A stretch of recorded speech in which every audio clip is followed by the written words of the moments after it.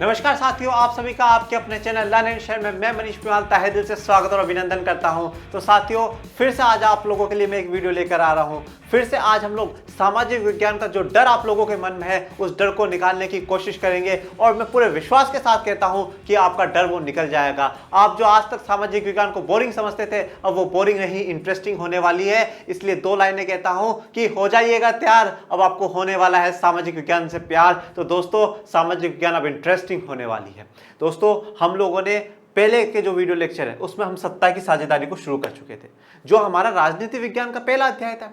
उसमें हम लोगों ने इसका आधार पढ़ा कि सत्ता क्या होती है, ठीक है, लोकतंत्र क्या है, संविधान क्या होता है, ठीक है, संसद क्या है, लोकतंत्र की क्या महत्व पूर्ण है हमारे देश में, हमारा भारत लोकतांत्रिक देश है या नहीं है। इस प्रकार के कुछ सवालों के जवाब हमने पहले के वीडियो लेक्चर में ढूंढ लिए साथियों। अब जो आज है, आज हम लोग क्या शुरू करेंगे, जो आज हमारा अध्याय है सत्ता की साझेदारी, इस अध्याय में अब हम लोग शुरू करने जा रहे हैं। इस अध्याय में जो सबसे पहले हम शुरू करेंगे वो क्या है, 2 देशों की कहानी।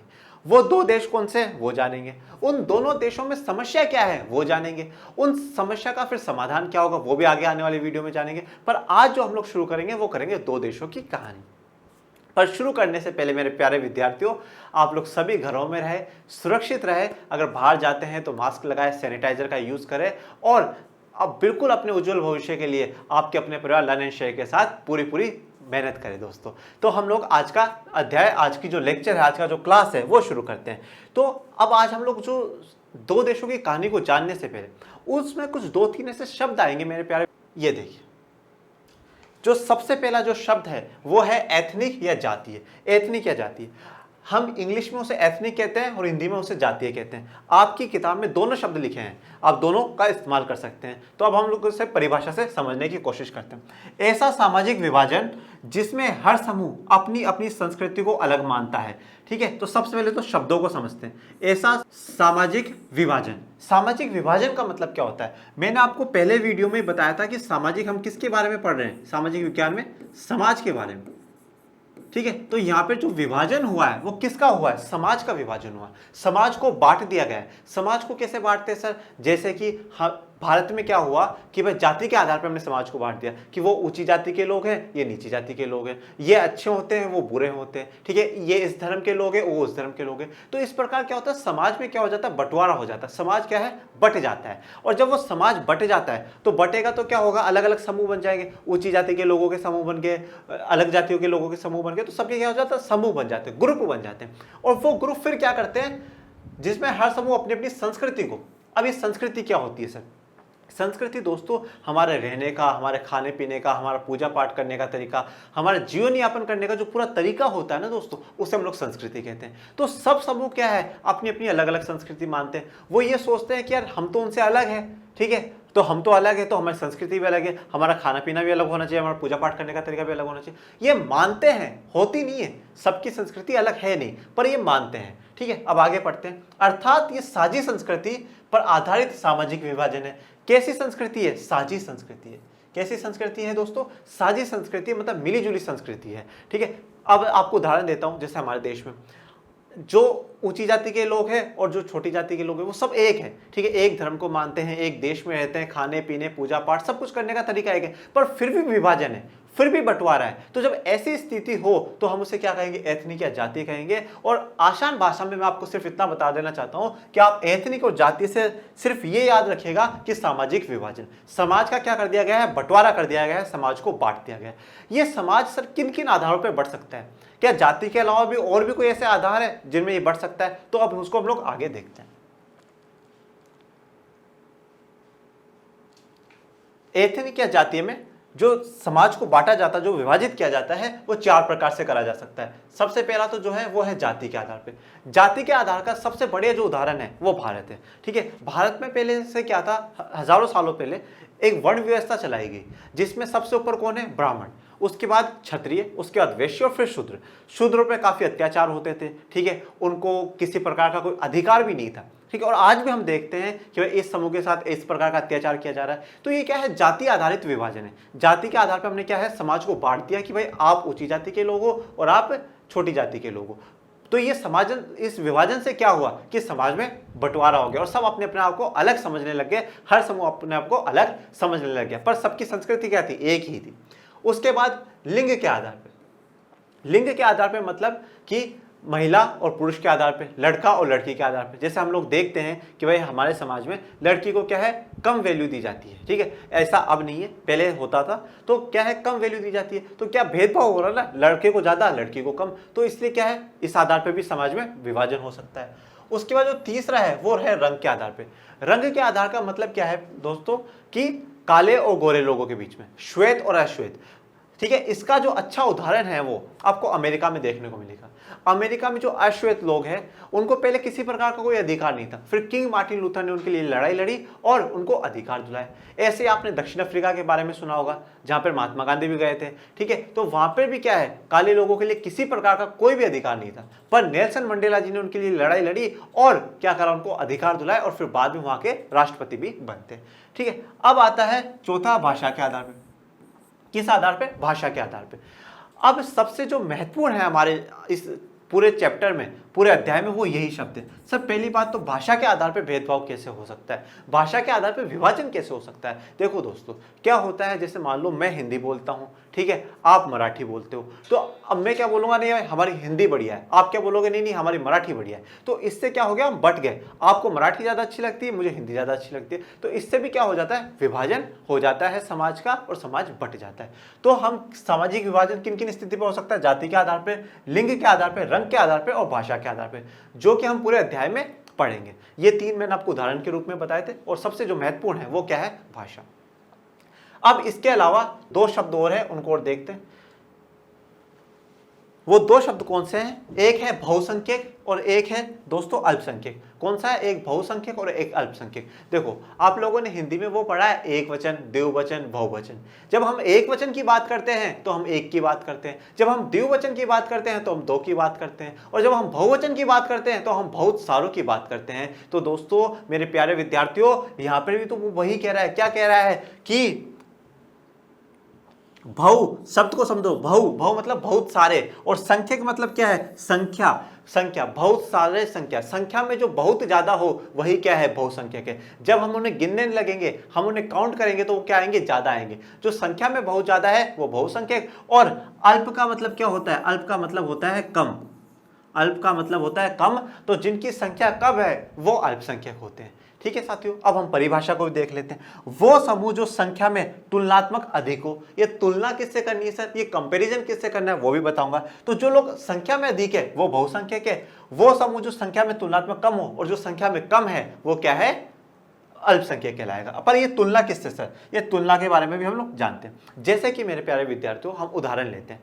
जैसे कि आप बिहार से हैं, ठीक है, और बिहार में क्या होता है, जो बिहार में जो लोग रह रहे हैं वो बिहारी बोले जाते हैं और वो भोजपुरी भाषा भी बोलते हैं। अब पर जरूरी नहीं है ना कि भाई बिहार में सब शुरुआत से बिहारी रह रहे हो, ठीक है, वहाँ पे कोई राजस्थान का लोग भी जाके रह रहा होगा, वहाँ पे कोई पंजाब का आदमी भी जाके रह रहा होगा, ठीक है, कोई कश्मीरी भी जाके रह रहा होगा। अब क्या हुआ, जब वहाँ पे सब रहने लग गए तो जो 80% लोग हैं वहाँ के, वो सब क्या करते हैं, सब क्या करते हैं, बिहारी बोलते हैं। उनको सबको बिहारी बहुत अच्छे से आती है, भोजपुरी बहुत अच्छे से आती है मतलब। और 20% लोग कौन है, ऐसे लोग हैं जो हिंदी बोल लेते हैं या वहाँ की राजस्थानी जो भी अपनी भाषा होती है वो भाषा बोल लेते हैं।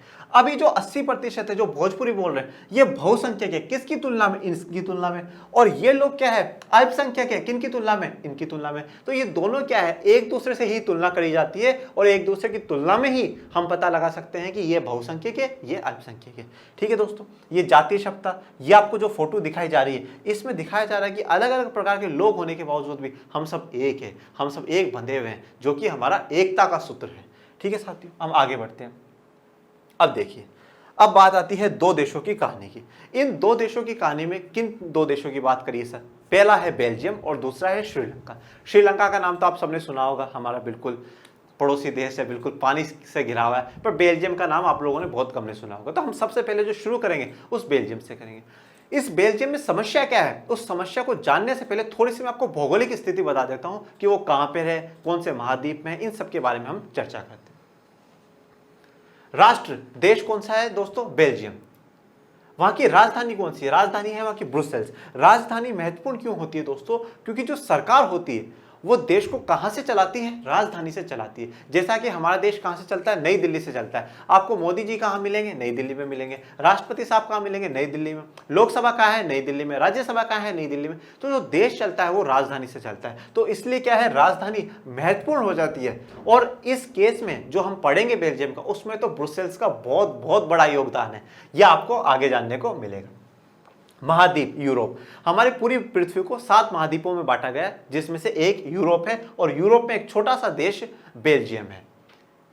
यहाँ का क्षेत्रफल, ये कितना बड़ा देश है सर? ये छोटा सा देश है प्यारे बच्चों। हमारा हरियाणा भी है ना, वो भी इससे बड़ा है, बहुत छोटा सा देश है। अब इसके पड़ोसी देश कौन कौन से? हमारा जैसे पाकिस्तान है, बांग्लादेश है, ये सब हमारे पड़ोसी देश है। इनके कौन कौन से सर? इनका है फ्रांस, नीदरलैंड, जर्मनी और लग्जमबर्ग।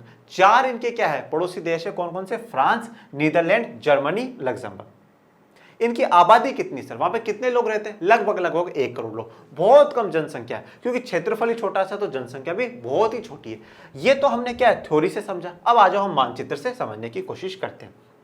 ठीक है, ये जो आपको, ये तो है जो बेल्जियम है, पूरा जो देश आपको दिख रहा है, ये क्या है? बेल्जियम देश है। कौन सा देश है? बेल्जियम देश है। ये है जर्मनी। कौन सा देश है? जर्मनी। यहाँ पे छोटा सा है लग्जमबर्ग। ठीक है, 4 पड़ोसी देशों की हमने बात करी थी, जर्मनी, लग्जमबर्ग, फ्रांस और ये है नीदरलैंड। ठीक है, तो 4 क्या है, पड़ोसी देश है।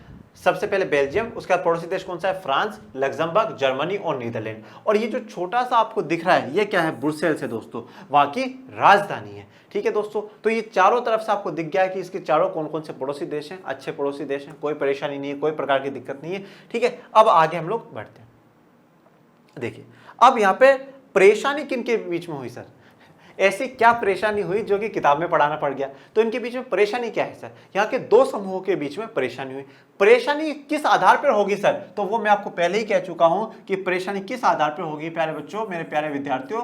परेशानी जो होगी वो किस आधार पर होगी? भाषा के आधार पर होगी। ठीक है, हमें सामाजिक विज्ञान को रटना नहीं है, हमें समझना है। किस आधार पर होगी? भाषा के आधार पर होगी। तो अब वो 2 मुख्य वर्ग और वो मुख्य समूह कौन से हैं वो जानते हैं। देखो, अब एक जो मुख्य वर्ग है वो है डच। कौन है? डच। जो लोग डच भाषा बोलते हैं। ठीक है, भाषा है एक डच, और वो लोग हैं। और एक तरफ है जो लोग फ्रेंच भाषा बोलते हैं। ठीक है, तो डच बोलने वाले लोग हैं और एक तरफ फ्रेंच बोलने वाले लोग हैं। फ्लेमिश क्षेत्र में रहते हैं। ठीक है, जो डच बोलते हैं वो फ्लेमिश क्षेत्र में रहते हैं। सर अब ये फ्लेमिश क्षेत्र क्या है? बेल्जियम के एक हिस्से को, एक जगह को फ्लेमिश क्षेत्र कहा गया है, जहां पे डच के लोग रहते हैं। ठीक है, जहां फ्रेंच के लोग रहते हैं उसे वेलोनिया क्षेत्र कहा गया है। अब ये डच हैं कितने सर? ये है बच्चा 59%। कितने हैं? 59%। हमने क्या कहा था, इनकी आबादी कितनी है? 1 करोड़ आबादी है। 1 करोड़ आबादी में से हम ये मान के चलते हैं कि कम से कम 59 लाख लोग जो हैं वो कौन है? डच है। और 40% ये है, तो मतलब 40 लाख लोग ये। ठीक है, अब देखो, अब इनकी संख्या क्या है? ज्यादा है। किसकी तुलना में? फ्रेंच की तुलना में। और जिसकी संख्या बहुत ही ज्यादा है वो क्या होगा? बहुसंख्यक। और जिसकी तुलना में अगर संख्या कम हो तो वो क्या होगा मेरे प्यारे बच्चों? अल्पसंख्यक। शब्दों को समझने से हमें क्या है कि जो टॉपिक है मेरे प्यारे बच्चों वो बहुत अच्छे से समझ में आता है। तो आपको समझ में आया कि बेल्जियम में कौन बहुसंख्यक है और कौन अल्पसंख्यक है। पर मजा अभी यही खत्म नहीं होता, आगे और भी एक इंटरेस्टिंग बात आने वाली है, उसको हम देखेंगे। एक बार मैं आपको मानचित्र से और समझा देता हूं। ये आपको पूरा बेल्जियम दिख रहा है। ये जो है, ये है वहां की राजधानी ब्रुसेल्स। और ये जो ऊपरी क्षेत्र आपको दिख रहा है, जो ऊपर का क्षेत्र है, जिसे हम उत्तरी बेल्जियम भी कहते हैं। क्या कहते हैं? उत्तरी बेल्जियम भी कहते हैं। ये वो क्षेत्र है जहां पे कौन रहते हैं? डच भाषी लोग रहते हैं। जो डच बोलते हैं वो रहते हैं। और ऊपर वाले क्षेत्र को हम लोग क्या कहते हैं? फ्लेमिश क्षेत्र कहते हैं। और जो नीचे वाला क्षेत्र है जहां पे फ्रेंच बोलने वाले लोग रहे हैं उसे हम लोग वेलोनिया क्षेत्र कहते हैं। क्या कहते हैं? वेलोनिया क्षेत्र कहते हैं। ठीक है, अब सर आगे की देखते हैं। अब यहाँ पे दोस्तों क्या है कि 1% लोग जर्मन भी रहते हैं। कौन रहता है? 1% लोग जर्मन भी रहते हैं। जर्मन कौन से क्षेत्र में रहते हैं सर? क्षेत्र का नाम नहीं बताया, पर मैं आपको बता देता चाहता हूं बच्चों, जर्मन इस क्षेत्र में रहते हैं। जर्मन इस क्षेत्र में रहते हैं, वो 1% ही है। तो सर अब यहां पर है, आप एक बात बताइए, यहाँ पे मुख्य परेशानी किसको है? डच भाषी लोगों को है, फ्रेंच भाषी लोगों को है, या जर्मन भाषी लोगों को है? तो बेटा जर्मनों को तो कोई प्रॉब्लम नहीं, क्योंकि ये तो सिर्फ 1% लोग हैं, इनको ज्यादा फर्क नहीं पड़ता। क्यों फर्क नहीं पड़ता? इनको रहने के लिए जगह मिल रही काफी है, इनको ज्यादा, और जो बहुत कम होते हैं ना वो ज्यादा प्रभाव भी नहीं डालते। ज्यादा प्रभाव कौन डालता है? जो बिल्कुल तुलना कर सके जिनकी, जैसे कि हमने इन दोनों की तुलना करी, भाई ये बहुसंख्यक है क्यों इनसे, और ये अल्पसंख्यक है इनसे। जब हम तुलना कर पाते हैं तभी वो क्या है, ज्यादा प्रभाव डाल पाते हैं। तो बेल्जियम की राजनीति पे अगर कोई प्रभाव डालेगा तो कौन डालेगा? डच भाषी लोग और फ्रेंच भाषी लोग ही डालेंगे, जर्मन इतना नहीं डालेगा। ये जो कहानी मैंने आपको बताई है ये पूरे देश की कहानी, पूरे देश में डच बहुसंख्यक है और फ्रेंच अल्पसंख्यक है। अब आगे बढ़ते हैं। अब देखिए, अब वहां की राजधानी क्या थी? ब्रुसेल्स थी। क्या राजधानी थी? ब्रुसेल्स थी। अब जो ब्रुसेल्स वहां की राजधानी है, वहां की जो स्थिति है दोस्तों वो बिल्कुल अलग है। वहां पर फ्रेंच है। फ्रेंच कितने हैं? 80% लोग हैं। कितने हैं? 80% लोग हैं। और जो डच है वो कितने हैं? सिर्फ और सिर्फ 20% लोग हैं। अब ये जब 80 है, ये संख्या में बहुत ज्यादा है, तो ये बहुसंख्यक हो गए, और ये संख्या में कम है तो ये अल्पसंख्यक हो गए। ठीक है, पूरे देश में ये कम थे पर यहां पर ये ज्यादा है, पूरे देश में ये ज्यादा थे पर ये कम है। ठीक है, और ब्रुसेल्स ही एक ऐसी जगह बन गई जहां से कि राजनीतिक स्थिति की जो तस्वीर है बेल्जियम की, मेरे साथियों, वो बदल जाएगी, वो बदल जाएगी। ठीक है, और एक बात आपको और बताना चाहता हूं, जो फ्रेंच लोग होते हैं, जो फ्रेंच भाषी लोग हैं, वो लोग ज्यादा अमीर होते हैं, आर्थिक ताकतवर होते हैं, शिक्षा में आगे होते हैं, रोजगार में आगे होते हैं। क्यों होते हैं? क्योंकि इनकी ब्रुसेल्स में ज्यादा आबादी है, और ब्रुसेल्स क्या है? राजधानी है, और राजधानी से क्या होता है? देश चलता है, और जहां से देश चलता है वो लोग बिल्कुल साथियों अमीर रहते हैं, शिक्षा में रहते हैं। आप देखिए कि जो राजधानी होती है उसका विकास भी ज्यादा जल्दी होता है। आपको राजधानी में लोग ज्यादा देखने को मिलेंगे, विकास ज्यादा देखने को मिलेगा, आपको फैक्ट्रियां, रोजगार, सब कुछ वहां पे ज्यादा देखने को मिलता है। तो यही कारण है कि वहां पे फ्रेंच लोग क्या है? ज्यादा अमीर और ज्यादा ताकतवर है। यह जो आपको यहाँ पे एक फोटो दिखाई गई है, ये फोटो है मेरे दोस्तों EU हेडक्वार्टर की। EU क्या है? यूरोपियन यूनियन, जिसे हम हिंदी में यूरोपियन संघ भी कहते हैं।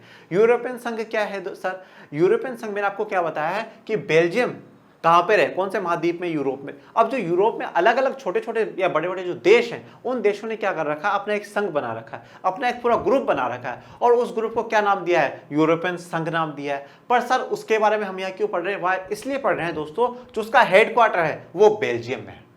ठीक है, तो आपको अगर कभी बेल्जियम याद ना रहे, वैसे तो आपको याद रहेगा, आप भूलोगे नहीं। अगर फिर भी आप भूल जाओ तो आप याद कर लेना कि यूरोप की सारे देश की जो शक्ति है वो कहाँ है? बेल्जियम में। सब वहां आके बैठते हैं, बात करते हैं और अपने लिए रणनीतियां बनाते हैं।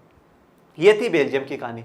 बेल्जियम में क्या समस्या थी वो हमने जानी। अब हम लोग बढ़ते हैं हमारे प्यारे से छोटे से पड़ोसी देश श्रीलंका की तरफ। देखिए, श्रीलंका क्या है? एक द्वीपीय देश है। कौन सा देश है? द्वीपीय देश है। इसका मतलब क्या होता है सर? द्वीपीय देश का मतलब होता है जो चारों तरफ से क्या हो? पानी से घिरा हुआ हो। ठीक है, जैसे कि ये आपको मैप में दिखेगा भी कि भाई जो हमारा श्रीलंका है, वैसे श्रीलंका के बारे में आपको ज्यादा बताने की जरूरत नहीं है, आप सब जानते हैं। वो चारों तरफ से क्या है? पानी से घिरा हुआ देश है, इसलिए हम उसे क्या कहते हैं? द्वीपीय देश कहते हैं।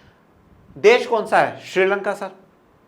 वहां की राजधानी कौन सी है? श्री जयवर्धनेपुरा कोट्टी। बहुत बड़ा नाम है, बहुत बड़ा नाम है। श्री जयवर्धनेपुरा कोट्टी वहां की राजधानी है। तो सरकार कहां से चलती है? श्री जयवर्धनेपुरा कोट्टी से चलती है।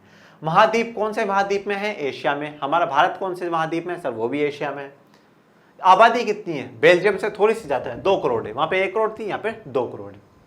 ठीक है, तो इसके पड़ोसी देश तो आप मुख्य से भारत को मान सकते हैं, बाकी तो पानी से घिरा हुआ है चारों तरफ से, तो इसके कोई ज्यादा पड़ोसी देश नहीं है। ठीक है, मानचित्र पे मैं वापस आऊंगा, एक बार मुख्य जो समस्या है उस पर चर्चा कर लेते हैं। अब यहाँ पे भी 2 मुख्य वर्ग है, और परेशानी का जो आधार है, समस्या का जो आधार है वही है भाषा। पूरे अध्याय में आपको पढ़नी ही जो अगर कोई चीज है तो वो भाषा के बारे में ही पढ़ना है। और आपको अंत में जाकर मैं ये और बताऊंगा कि भारत की क्या स्थिति है भाषा के आधार पे। क्या भारत में भी भाषा के आधार पे विभाजन होता है? तो आप बने रहिए, आपको बहुत मजा आने वाला है। यहां पे मेरे प्यारे विद्यार्थियों 2 मुख्य वर्ग है। कौन कौन से? एक सिन्हेलियो वर्ग है, जिसे आप सिन्हाला भी कह सकते हैं, और दूसरी तरफ तमिल लोग हैं। अब जो सिन्हाला है वो कितने हैं? 74% है। कितने हैं? 74% है। और जो तमिल है वो कितने हैं? 18% है। वो 18% है, ये 74% है। अब थोड़ा सा आप तमिल को और समझने की कोशिश करिए। तमिल में जो 18% है उसमें भी दो भाग है। एक है श्रीलंकन तमिल। श्रीलंकन तमिल वो लोग हैं मेरे प्यारे विद्यार्थियों जो शुरुआत से श्रीलंका में रह रहे हैं, ठीक है, हमेशा से श्रीलंका में रहे, श्रीलंका के मूल निवासी है। तो इस 18 में से 13% कौन है? श्रीलंकन तमिल है।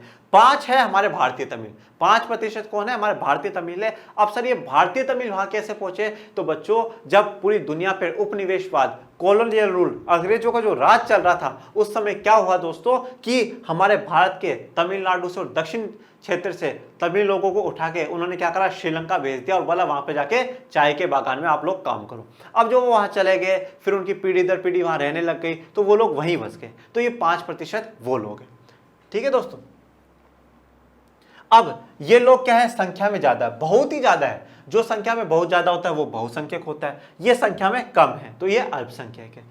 ये लोग जो मानते हैं, जो सिन्हाला लोग हैं, वो बौद्ध धर्म को बहुत मानते हैं, भगवान बुद्ध को बहुत मानते हैं। और आपको तमिल में क्या है? हिंदू भी देखने को मिलेंगे और मुस्लिम भी देखने को मिलेंगे, दोनों मिलेंगे, ठीक है। तो ये क्या था? सिन्हाला और तमिल की परेशानी थी। अब वहां पर कौन था? 1% जर्मन था। तो यहां पर भी एक ग्रुप है, उसके बारे में जानते हैं। यहां पे 7% ईसाई धर्म के लोग रहते हैं। कौन रहते हैं? 7% ईसाई धर्म के लोग रहते हैं और वह दोनों भाषाएं बोलते हैं। तो अब ये जैसे वहां पे जर्मन प्रभाव नहीं डाल रहा था बेटा, वैसे यहाँ पे ईसाई भी प्रभाव नहीं डालेंगे, क्योंकि बहुत कम है और जो बहुत कम होते हैं वो ज्यादा प्रभाव कभी भी नहीं डालते हैं। और ये दोनों भाषाएं बोल लेते हैं, कुछ लोग सिन्हाला बोल लेते हैं, कुछ लोग तमिल बोल लेते हैं। पर जो मुख्य झगड़ा होगा वो सिन्हाला में और तमिल में होगा, जिसके बारे में हम आगे जानेंगे। तो इन दोनों के बीच में बहुत तगड़ा झगड़ा होगा, बहुत बुरी स्थिति श्रीलंका की होगी। वो क्या होगी वो हम लोग आगे के लेक्चर में देखेंगे। अभी जैसे मैंने आपको बताया कि भाषा के आधार पर भारत की क्या स्थिति है दोस्तों, हमारे भारत में तो अनेकों भाषाएं बोली जाती है, बहुत सी भाषाएं बोली जाती है। राजस्थान के लोग मारवाड़ी भी बोलते हैं, महाराष्ट्र के मराठी बोलते हैं, पंजाब वाले पंजाबी बोलते हैं, मलयालम हमारे देश में बोली जाती है, कन्नड़ हमारे देश में बोली जाती है। फिर भी हम सब एक हैं, क्योंकि हमने भाषा के आधार पर कभी विभाजन करा ही नहीं, ठीक है। तो हमारे देश में बहुत बड़ी ताकत रही है कि हमने जो चीज़ हमारे पास है उसको हमने हमारी ताकत माना है। ज़्यादा लोग ज़्यादा भाषा बोलते ही हमारी ताकत है, कमजोरी नहीं है। पर इन लोगों ने क्या करा? अपनी कमजोरी माना और उससे लड़ाई करवा दी, ठीक है। तो ये हम आगे के वीडियो में देखेंगे। तो आज के लिए है हमारा ये वीडियो लेक्चर, यहीं मैं विराम देता हूं दोस्तों।